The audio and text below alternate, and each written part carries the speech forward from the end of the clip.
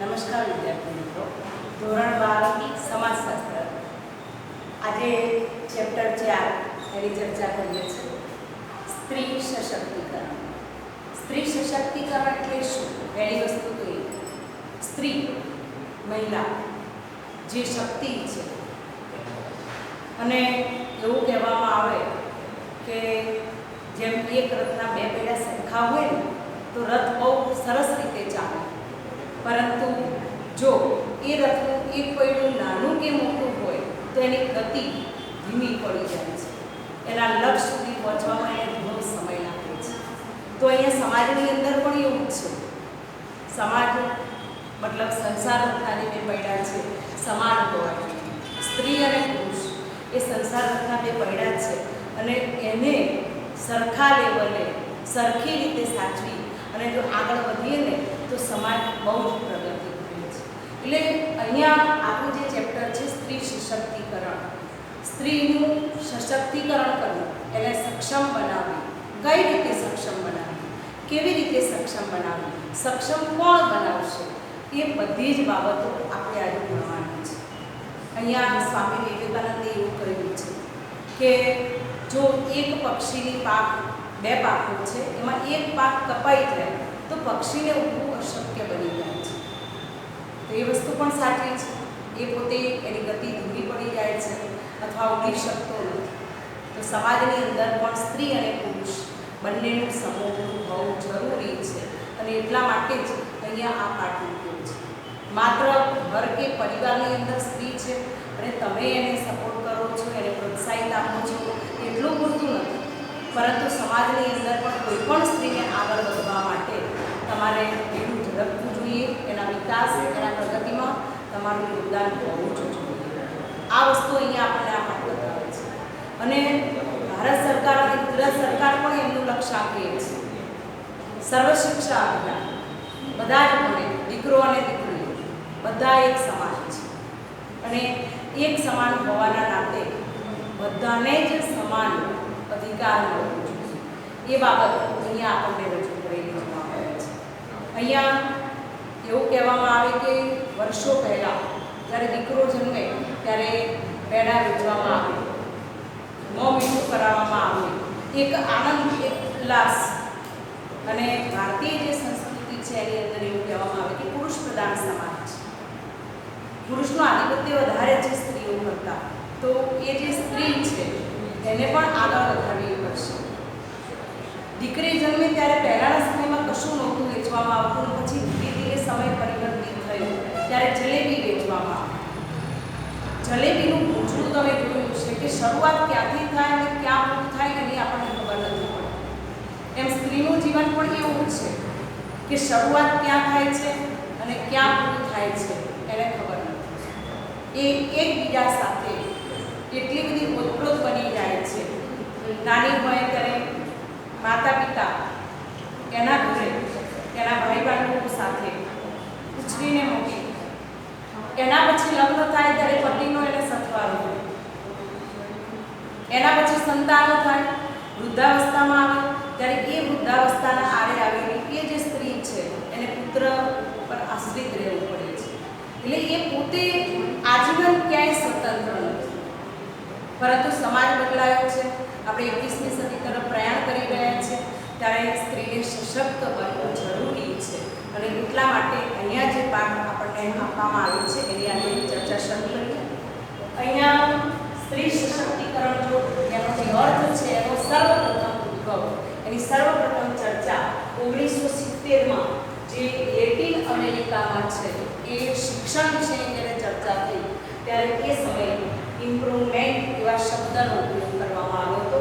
અને એમને ઇવલિન વસ્ટ નામના જે વ્યક્તિ છે એને આ ચર્ચાને ઘણી બધી વ્યક્તિઓના આગળ મૂકી અને એવું કહ્યું કે આ જરૂરી છે સમાજ માટે, સમાજના વિકાસ માટે જરૂરી છે.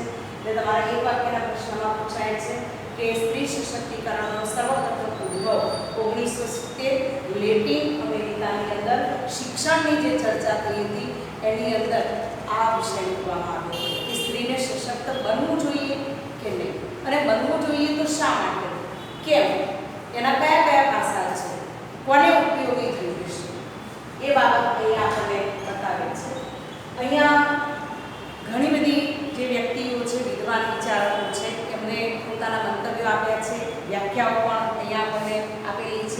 એની આપણે ચર્ચા કરીએ છીએ. પહેલી જે વ્યાખ્યા છે તમારા પાઠ્યપુસ્તકની અંદર આપેલી છે કે રેણુકા પાવનીએ એમને એક વ્યાખ્યા આપી છે કે મહિલા સશક્તિકરણ એ સામાજિક ન્યાય અને સમતા અથવા મહિલાની સ્વતંત્ર ઓળખ અથવા તેના મનુષ્યના રૂપમાં સ્વીકાર થવો. મનુષ્યના રૂપમાં સ્વીકાર થવો એટલે એની સમાન ઓળખ આપવી. જેમ પુરુષ પોતે સ્વતંત્ર રીતે જીવી શકે છે, એને પણ જીવવાનો અધિકાર છે, એને પણ વિકાસ કરવાનો અધિકાર છે, એમ સ્ત્રીને પણ સ્વતંત્ર જીવવાનો અધિકાર છે, એને પણ સમાનતા મળવી જોઈએ અને એને પણ જીવનમાં પુરુષની જેટલું જ સ્થાન મળવું જોઈએ એવું અહીંયા જે વ્યાખ્યા છે એની અંદર કહેલું છે. બીજી વ્યાખ્યા તમને આપેલી છે સુશીલા પારીખ. એમને કહેલું છે કે મહિલા સશક્તિકરણ એટલે મહિલાઓનું સશક્ત સંપન્ન થવું. શક્તિ અને સાધન બંને જીવનની ગુણવત્તા સાથે જોડાયેલી અવધારણાઓ છે. બે શબ્દો બહુ સરસ મજાના છે, શક્તિ અને સાધન બંનેથી સંપન્ન થવું. સ્ત્રી શક્તિ છે એ તો આપણે જાણીએ જ છીએ અને એ સ્ત્રી જે શક્તિ છે એ શક્તિને આગળ વધવા માટે એના માર્ગની અંદર કંઈ રૂકાવટ ના આવે અને એ પોતે એ જાગૃત બને. ગુજરાતીની અંદર કહેવત છે ને કે એક માતા સ્વશિક્ષકની ગરજ સારે છે. તો એ સ્વશિક્ષકની ગરજ સારનાર જે માતા છે એ પોતે જો શિક્ષિત હોય તો બાળકોને કેટલું બધું શિક્ષણ આપી શકે. અને એવું કહેવામાં આવે કે દીકરીના જ્યારે લગ્ન કરવામાં આવે ને અને એ સાસરે જાય એટલે ગુજરાતીમાં એવું કહે છે કે એ બે કુળ તારે છે. એક પોતાના પિતાનું કુળ જ્યાં એનો જન્મ થયો છે, એનો ઉછેર થયો છે, એનું બાળપણ વીત્યું છે, અને બીજું છે કે જ્યાં સાસરે જાય છે એની હવે પછીની જિંદગી ત્યાં વિતાવવાની છે. તો એ સ્ત્રી એ બે કુળ તારે છે. તો આ બધું એટલા માટે કહેવામાં આવે છે કે સ્ત્રીને પણ જાગૃત કરવી પડશે, એને પણ શક્તિ સંપન્ન કરવી પડશે, એને પણ સમાન પ્રકારના અધિકારો આપવા પડશે. તો એના માટેનું કાર્ય કોણ કરી શકે છે? તો આપણો સમાજ, આપણા ભાઈ, આપણા પિતા, આપણા પતિ, જે પણ વ્યક્તિઓ છે એના દ્વારા આ કાર્ય સંપન્ન થશે. એના દરેક કાર્યની અંદર એને સહભાગી બનવું પડશે, એને આગળ વધારવું પડશે. એના પછી અહીંયા તમારા બે વાક્યના પ્રશ્નોની અંદર તમારે પૂછાય છે કે ચંદ્રિકા રાવલે આપેલા સ્ત્રી સશક્તિકરણના જે લક્ષણો છે એ લક્ષણોની આપણે અહીંયા ચર્ચા કરીએ છીએ. પહેલું લક્ષણ છે સ્ત્રી સશક્તિકરણ એક પ્રક્રિયા છે. પ્રક્રિયા એટલે શું? આ એક એવા પ્રકારનું કાર્ય કે આમાં સહયોગી બની અને એને સક્રિય બનાવવું પડશે, એને ક્રિયામય બનાવવું પડશે. આ કામ કરવું જ પડશે, એટલા માટે એને પ્રક્રિયા આપેલી છે. આપણે એમ કહીએ કે કોઈ રસોઈ બનાવી છે તો એના માટેની પૂર્વ તૈયારી આપણે કરીને રાખીએ છીએ. કોઈ મહેમાન આવવાના તો એના માટેની પૂર્વ તૈયારી આપણે કરીને રાખીએ છીએ. શા માટે? કે આવે ત્યારે એમને કોઈ અડચણ ન હોય. રસોઈ બનાવીએ ત્યારે અમુક વસ્તુ હાજર ન હોય તો આપણને તકલીફ પડે. તો આ પણ સ્ત્રીને સશક્ત કરવું હોય તો પણ એક પ્રક્રિયામાં ઝંપલાવવું પડશે. એના માટે શું કરીશું? જેમ આપણે શિક્ષણની બાબત કરીએ તો શિક્ષણમાં જે બાળકો છે મતલબ પુરુષ અને સ્ત્રીઓ એટલે કે ભાઈઓ અને બહેનો તો બંનેને સમાન અધિકાર છે. નોકરીની અંદર પણ બંનેને સમાન તક આપવામાં આવે છે. પગાર વેતન પણ બંને પક્ષે સમાન આપવામાં આવે છે કે જેટલું ભાઈઓ કામ કરે છે એટલું બહેનો કામ કરે તો એને સમાન વેતન આપવાનો અધિકાર આપણા ભારતના બંધારણની અંદર છે. તો આ વસ્તુ અહીંયા કહી છે કે આ એક પ્રક્રિયા છે. બીજું શું છે કે સ્ત્રીઓને પોતાનું સ્થાન અને મોકળાશ મળે છે. સ્ત્રી સશક્તિકરણમાં પોતાનો એક નિશ્ચિત હોદ્દો મળે છે. અત્યારે આપણે સ્ત્રી સશક્તિકરણની ચર્ચા કરીએ એટલે ઘણીવાર આપણને સાંભળવા મળે છે કે આજે એવું કોઈ પણ ક્ષેત્ર નથી કે જ્યાં સ્ત્રીઓ પોતે ના પહોંચે. એ ઘરની ચાર દિવાલો છોડીને પણ એ અંતરિક્ષમાં જઈ શકે છે. એ વડાપ્રધાન તરીકે પોતાની પદવીમાં એ પોતે સરસ રીતે કામ કરી શકે છે. મુખ્યમંત્રી તરીકે સરસ રીતે કામ કરી શકતા હોય, વૈજ્ઞાનિક રીતે સરસ કામ કરી શકતા હોય, ડૉક્ટરો છે, વકીલો છે, શિક્ષકો છે. દરેક ક્ષેત્રની અંદર સ્ત્રીઓ પોતે એમને એક પ્રકારનું સ્થાન અને મોકળાશ મળે એ સ્ત્રી સશક્તિકરણનું લક્ષ્ય છે. એના પછી છે સ્ત્રીઓ દ્વારા સામૂહિક રીતે સભાનપણે કરેલા પ્રયત્નોની એક સંખ્યા છે. એકબીજાને સાંકળતી કરી. એક કાર્ય કર્યું, બીજું કાર્ય કર્યું, ત્રીજું કાર્ય કર્યું, એ બધાને ભેગું કરી અને એને જોડવાની એક સભાનપણે, સભાન એટલે જાગૃતપણે કરેલો એક પ્રકારનો પ્રયત્ન છે.